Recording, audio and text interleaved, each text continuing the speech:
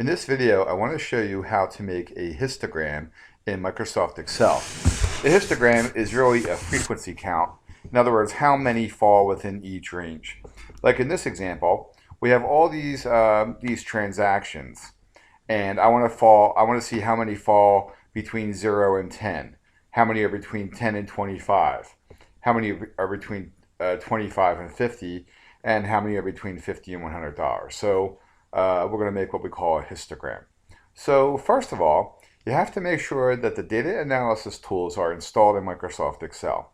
So in order to do that, I'm going to pick on the File menu. In 2007, you would pick on the Office button, but here I'll pick on File. Then I'll pick on Options. Then you pick on something that's called Add-ins over here. Then under Add-ins, you pick on the word Go. And then you make sure you pick on the Analysis ToolPak. Now, the Analysis ToolPak VBA would give you additional functions if you're a programmer, but the one that most people use is Analysis ToolPak. So you make sure that's checked, and we'll click on OK. Now, what should have happened is, if you pick on the Data menu up top, then you should see something that's called Data Analysis. We'll come back to that in just a second. Now over here, on a separate section, I want to put the ranges that I want to count. So I'll just type in the word ranges here. And then I'll type in 0, 10, 25, 50, and 100. So those would be the ranges that you want to count. So you can have as many of those as you would need, and it would be whatever number range that you would need. So now we're ready to make a histogram. In this case, we'll pick on the data analysis choice that we just installed under the data menu. And notice how these come up. In different videos, I'll show you some of these other ones as well. So in this case, I'll pick on histogram, and I'll click on OK. Now, it turns out most of the data analysis tools work the way that this one works. A lot of them have the input range. An input range is going to be a series of numbers. So in my case, I'm going to highlight column E. You can see column E is a series of numbers. Now the bin range is where we're going to go over with the numbers I typed in column I. So I'll go from I2 to I6 in this case.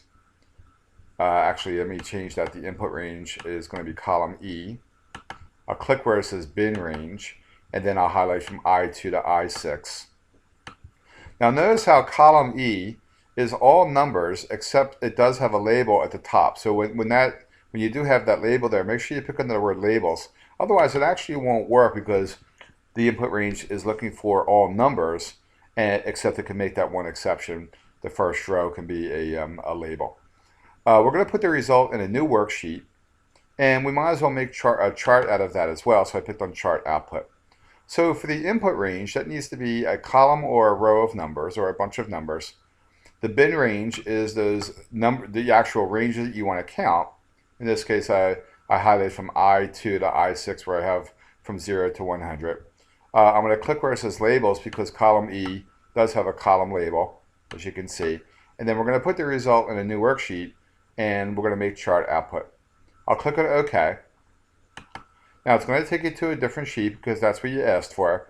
And then this is the histogram. So here's how to read this. There's actually 106 items between the values of 0 and 10. There's 43 between 10 and 25. There's 47 between the values of 25 and 50.